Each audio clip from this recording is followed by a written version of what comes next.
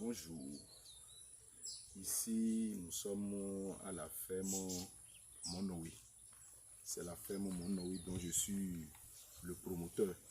Et nos activités ici, c'est la pisciculture, la porciculture et la production d'asticots. Et aujourd'hui, nous allons vous parler un peu des asticots. Les asticots, surtout les asticots des mouches soldats noirs que nous produisons ici. Les asticots de mouches soldats noirs qui représentent aujourd'hui en quelque sorte l'alternative à la protéine dans le monde. Il nous faut de la protéine. C'est les asticots de mouches soldats noirs qui constituent aujourd'hui la protéine que nous utilisons pour l'élevage, c'est-à-dire au niveau des poissons, au niveau des volailles, au niveau des moutons, toutes sortes de mots. Donc on utilise cette farine d'asticot pour faire l'élevage. Et l'asticot est très bien riche en protéines et contient également des oligo-éléments. Donc pour cela que nous l'avons privilégié et nous le produisons ici, nous formons aussi à cet effet. Donc tout à l'heure, je vais vous envoyer vers les différentes unités de production et vous allez voir un peu comment ça se passe. Donc voilà ici ce qu'on appelle la volière et voilà les mouches soldats noirs. La volière, ici on a une volière d'environ 16 mètres cubes. 16 mètres cubes et c'est une volière industrielle.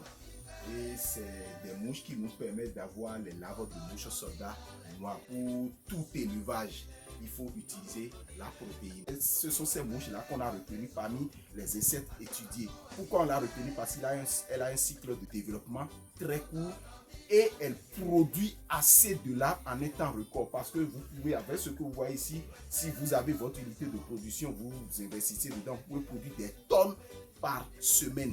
Et c'est ça qui nous permet d'avoir la protéine. Sur cette ferme ici, nous utilisons essentiellement la protéine des larves de mouches soldats noirs que nous utilisons pour nourrir les poissons et les animaux, les porcs. Tout ce que nous faisons ici, c'est les asticots, c'est les larves des mouches soldats noirs. Et voilà la volière ici. Vous voyez qu'il y a une disposition dans cette volière. On a les pondoirs, on a les pupilles qui sont dans des bacs par terre.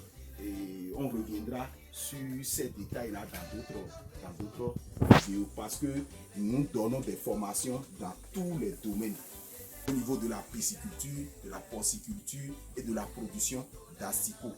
Car aujourd'hui, il faut avoir votre unité de production de protéines, sans quoi vous ne pouvez pas résister à la cherté des produits comme le soja et la farine de poisson.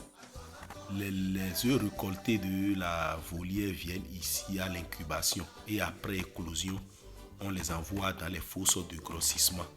Les fosses de grossissement pour l'inoculation. Donc l'inoculation consiste à faire grossir les larves qu'on a obtenues au niveau de l'incubation. Donc ici, on procède au grossissement des larves, on les nourrit et ils grossissent et ce sont ces asticots que nous utilisons pour nourrir soit directement les animaux ou bien les tuer et les sécher. Vous voyez, donc ici, voilà, nous sommes au niveau des fosses de grossissement. Vous voyez ici, c'est des larves après quelques jours, une dizaine de jours. Et les larves de récolter nous servent pour nourrir directement nos alevins. Ouais, les larves vivantes nourrissent les poissons. Ici, nous nourrissons les alevins, puisqu'on commercialise aussi les alevins. Avec les larves, on a de très bons rendements. Soit on prend les larves séchées qu'on transforme en farine, qu'on donne aux alevins. Ça donne aussi de très bons rendements. Ça donne de très bons rendements. Les poissons sont nourris aux larves naturellement. Ici, on a déjà tué les larves à la vapeur. On les lave pour les envoyer au séchage. Voilà. Et ces larves tuées peuvent nourrir directement les porcs. On va nourrir les porcs avec ces larves qu'on a tuées à la vapeur. Vous voyez comment les porcs en raffolent. C'est ça. Et ça vous permet d'avoir un très bon rendement, des porcs corpulents et qui, au bout de quelques mois, pèsent correctement. Donc, après le rinçage, on envoie les larves au séchage. Les larves sont séchées au soleil pendant 48 heures. 48 heures déjà, vous avez les larves séchées. Voilà, les larves séchées au soleil. Après le séchage, nous obtenons la farine d'asticot. Voilà la farine d'asticot. Et c'est cette farine que nous utilisons pour produire les granulés. Voilà, ça nous permet de produire les granulés, l'aliment de poisson. Ça nous permet de produire les granulés.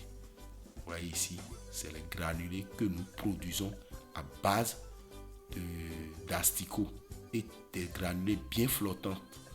Des granulés bien flottants. Ici, on insiste là-dessus, nous produisons les granulés à base de farine d'asticot. Et ces granulés sont très bien flottants. Vous voyez ici, les déchets des larves récoltées constituent du compost. Ces déchets, on les utilise au niveau des plantations. C'est un compost qui est très riche. Ça fertilise correctement les sols et au niveau des plants, on a de très bons rendements.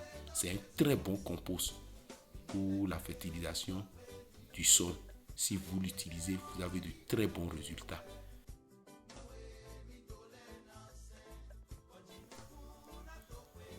Merci de nous avoir suivis. Si vous êtes nouveau sur notre chaîne, abonnez-vous, likez, partagez notre vidéo. Merci.